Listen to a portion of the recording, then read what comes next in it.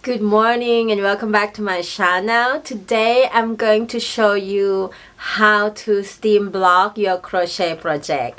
Although it's not this one, even though I did the steam block of this one as well, but this is my second piece that I use the steam block. I got this steam machine. I talked to you about this earlier, but the video today that I show you step by step how I do it, I film with this beautiful shawl. And yeah, I want to tell you that if you want to see all the color shade of this yarn, which is the Yarn Collective, I put the link under this video for you so you can have a look already what color they offer, because in 1st of April I'm going to add this pattern on lovecraft.com, and lovecraft.com offer this pattern for all of you for free when you purchase the same yarn. Well, you don't have to get the same color as my one because they have much more color for you to choose from, but this color is just, you know, like catch my eyes, and for that I choose this color. I will have another video coming up to show you all the stitches that I use in this design, like just to walk you through and the difficulty or how easy is this piece and how you can achieve the same look or similar look with my one. And there's a tips to, you know,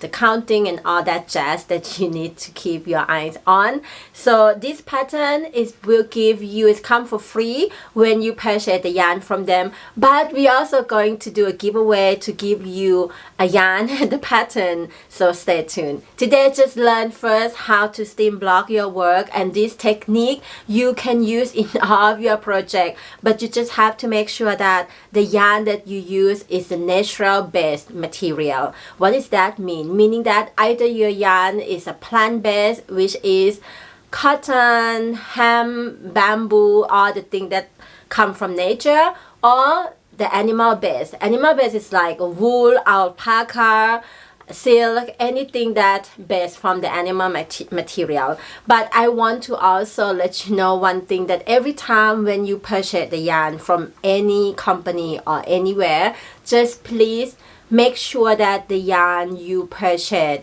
is come from the good source of the, you know, the company that they treat animal well. You don't have to like feel like you cannot use any animal based product, but you have to be more conscious and more aware. And I know that out there are lots of cheap yarn for you to use from. There's many companies, some company even contact me to talk about their yarn, but when I did the research and I feel like, no, this is not what I stand for. This is not what I want to talk to my community and to share the yarn that they produce, because maybe I don't like how the process of making the yarn and all these little things. And also for me, in the past I have been using a lot of acrylic as well because I didn't know any better. And also to start off, I feel like all these natural yarn is so expensive, but you can actually start from, if you feel like you want to use the natural yarn but you don't have the money to buy the new yarn, the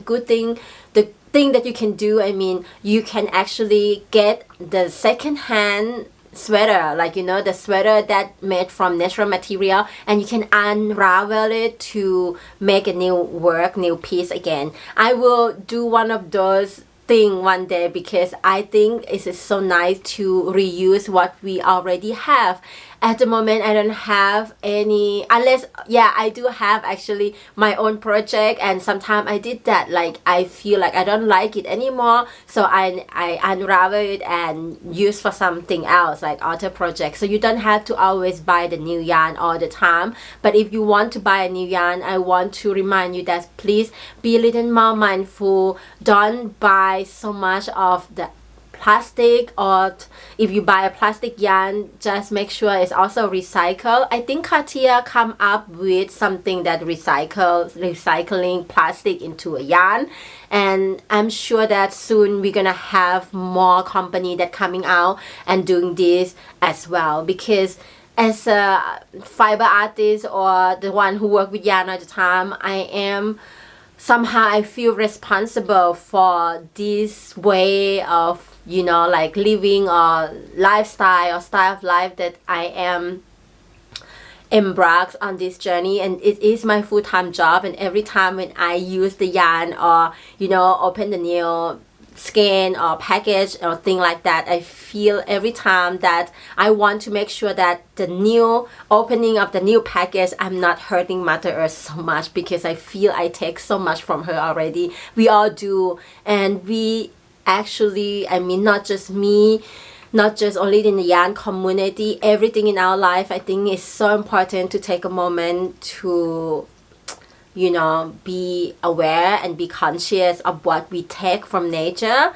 Because one day when there's no more tree, we will also no more cotton, no more, you know, material. So trying to be more sustainable, and yeah, just make sure what you take, and make sure not to take too much, like to keep it in balance, and find your way to give back as much as you can.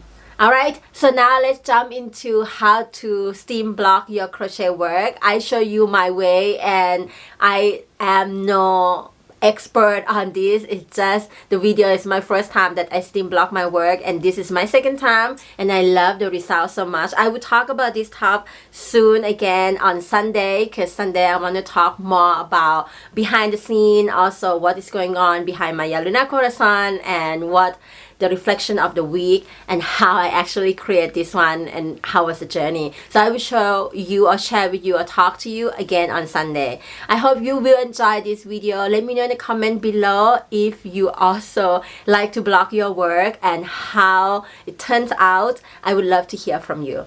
Alright, have a beautiful day. I talk to you soon. Bye bye. So here is the shawl, the ocean shawl, first off the hook.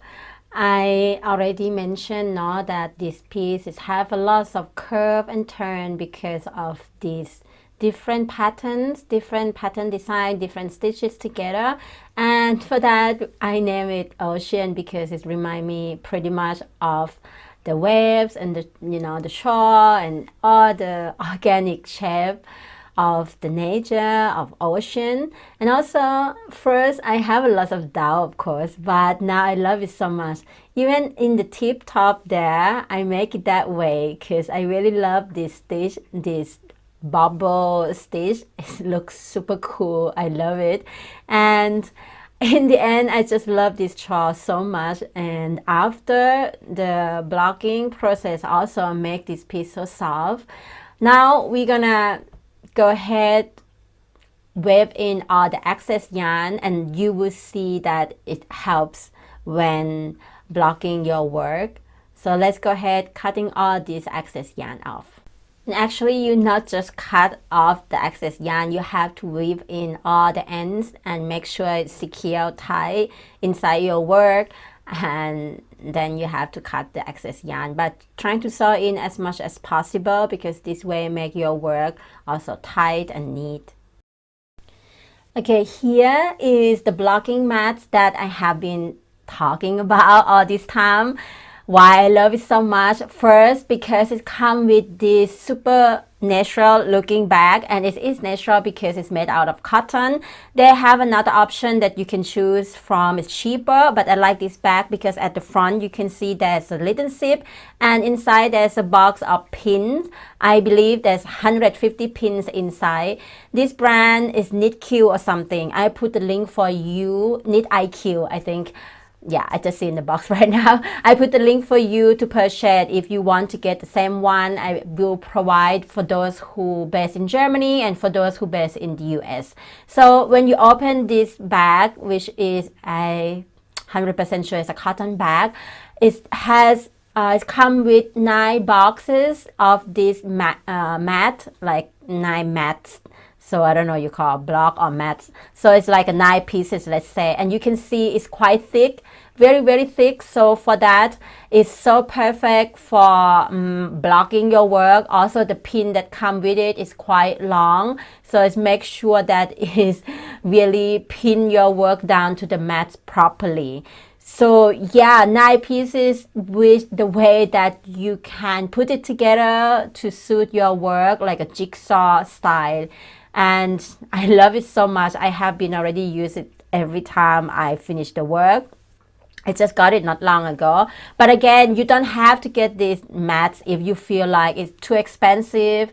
You can actually buy the mat for like, or use the mat from your children if you have a baby, because I heard that work the same, just that maybe thinner. I'm not sure, I don't have a baby. So you can see if you can use the same one, then you don't have to buy new thing. And now I lay my work on the mat already. I put it this way because the shape of the shawl is that way. So I use all of the mats, which is 9 pieces in that way.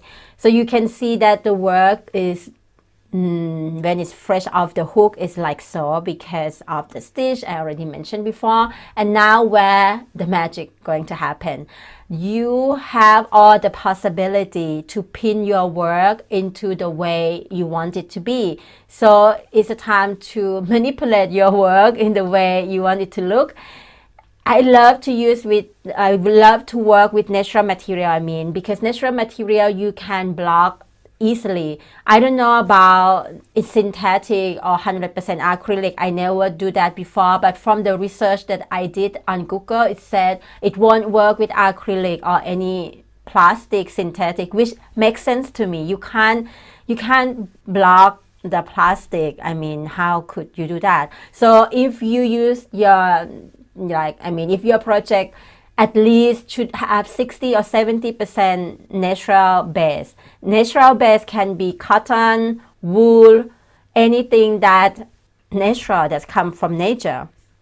So when you got your work down to the mat, for me in this piece, I want this side, which is where I'm working right now, this edge, this side, I want it to be stressed as much as possible. So yeah, the other side, I'm just gonna let it curve and curl and web because this is the ocean look. Now I'm just gonna try my best to pin and make sure that I don't pull too tight. When you have the work in front of you, you can also feel into the project that you are working on, the project that you are pinning.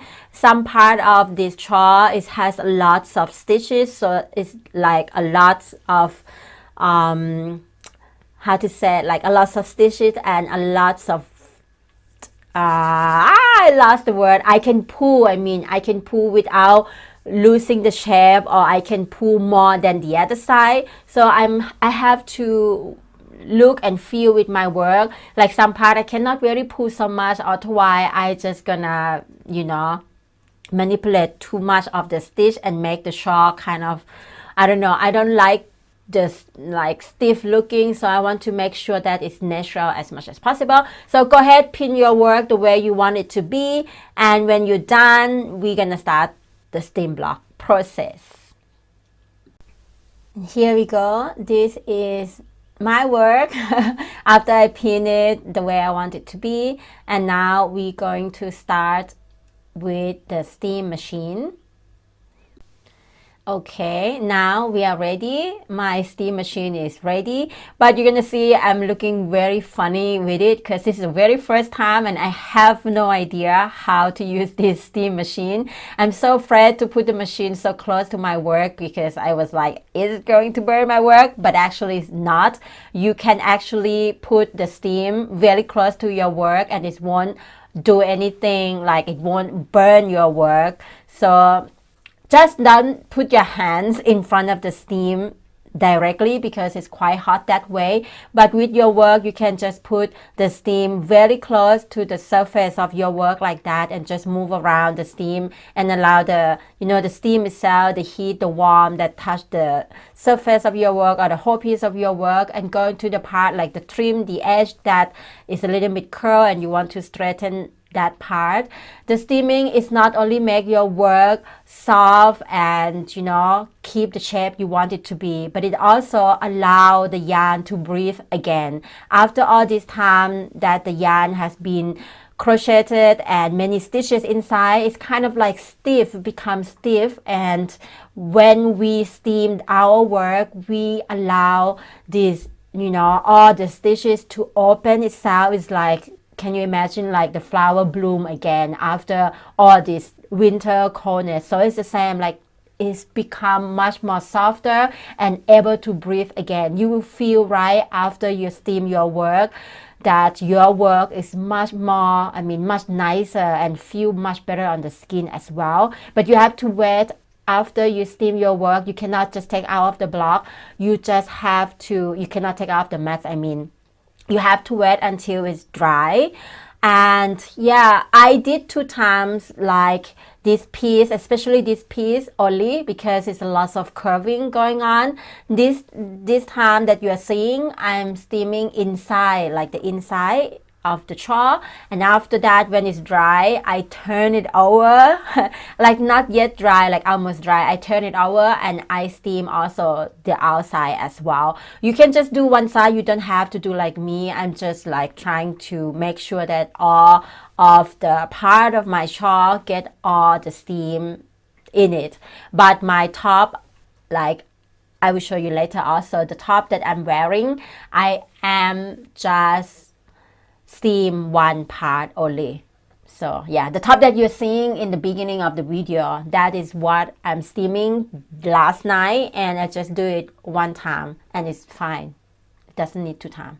So I hope this video helped you, and yeah, maybe kind of inviting you to start to steam your work. I think it's so nice to steam the work. And one more thing also, after the yarn kind of like release its natural beauty, it is also make your work expand a little bit more, like, meaning that your work might have 1 or 2 inches bigger, wider, longer than it was fresh off the hook. But there's a way to prevent that as well. I will talk about that in a minute, but just don't be surprised if that happens. The thing that I actually use to prevent this, look at this top, for example. When it's fresh off the hook, I measured how many inches and so on. So when I put on my mats, I make sure that it stays that way and I pin that way before I steam the work. And then it's not expand at all. And this is also natural material. All right, I hope these tips help you. If you do, let me know in the comment below, and I will catch you up again in the upcoming